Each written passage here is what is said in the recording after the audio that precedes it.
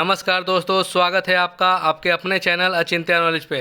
तो दोस्तों, आज हम लोग डिस्कशन करेंगे किसी पॉलिटिकल पार्टी को स्टेट पार्टी बनने या फिर नेशनल पार्टी बनने के लिए क्या क्या रिक्वायरमेंट फुलफिल करना पड़ता है। तो चलिए दोस्तों, सबसे पहले देखते हैं हम लोग इंडिया में कितने अभी नेशनल पार्टी हैं। तो दोस्तों, यहाँ पे आप सब देख सकते हैं, इलेक्शन कमीशन ऑफ इंडिया ने 2024 के लोकसभा चुनाव में इन 6 पार्टियों को रिकॉग्नाइज किया है।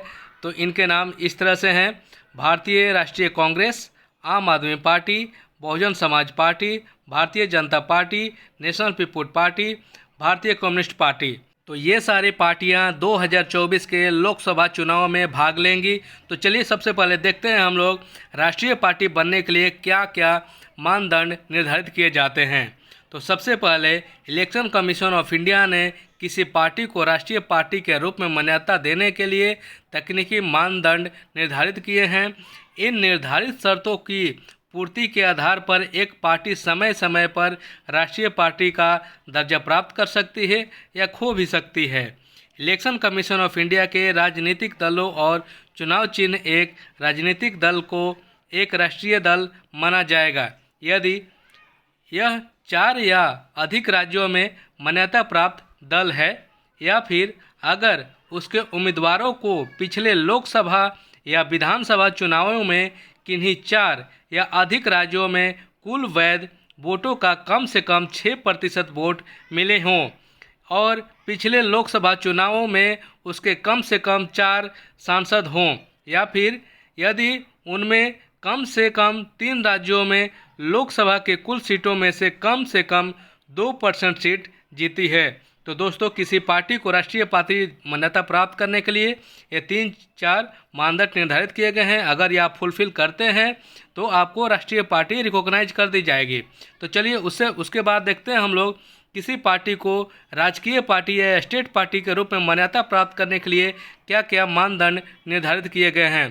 तो सबसे पहले पिछले विधानसभा चुनाव में कम से कम 6% वोट शेयर और कम से कम 2 विधायक हों, या उस राज्य से पिछले लोकसभा चुनाव में 6% वोट शेयर हो और उस राज्य से कम 1 सांसद हो, या फिर पिछले विधानसभा चुनाव में कुल सीटों का कम से कम 3% या 3 सीटें जो भी अधिक हो, या फिर प्रत्येक 25 सदस्यों पर कम से कम 1 सांसद हो, या फिर राज्य से पिछले विधानसभा चुनाव या लोकसभा चुनाव में कुल वैध वोटों का कम से कम 8% हो।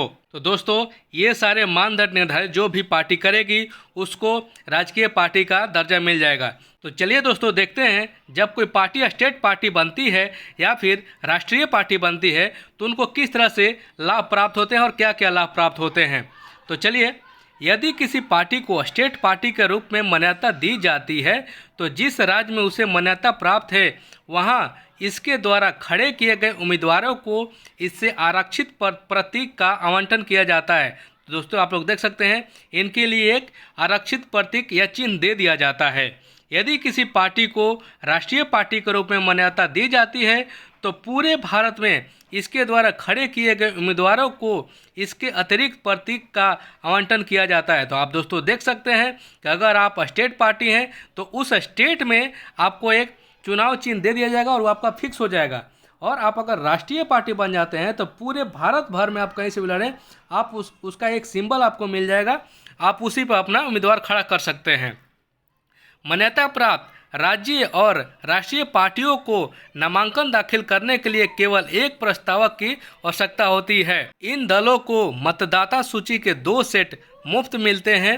तो वहीं आम चुनाव के दौरान राज्य के स्वामित्व वाले आकाशवाणी, दूरदर्शन पर प्रसारण सुविधाएं भी प्राप्त होती है। तो दोस्तों, आपने देखा जिस पॉलिटिकल पार्टी को स्टेट पार्टी या फिर नेशनल पार्टी का दर्जा मिलता है उन्हें कुछ खास किस्म की सुविधाएं प्रदान की जाती है। तो दोस्तों, आज आपने देखा किस तरह से किसी पॉलिटिकल पार्टी को नेशनल पार्टी या फिर स्टेट पार्टी का दर्जा कैसे मिलती है।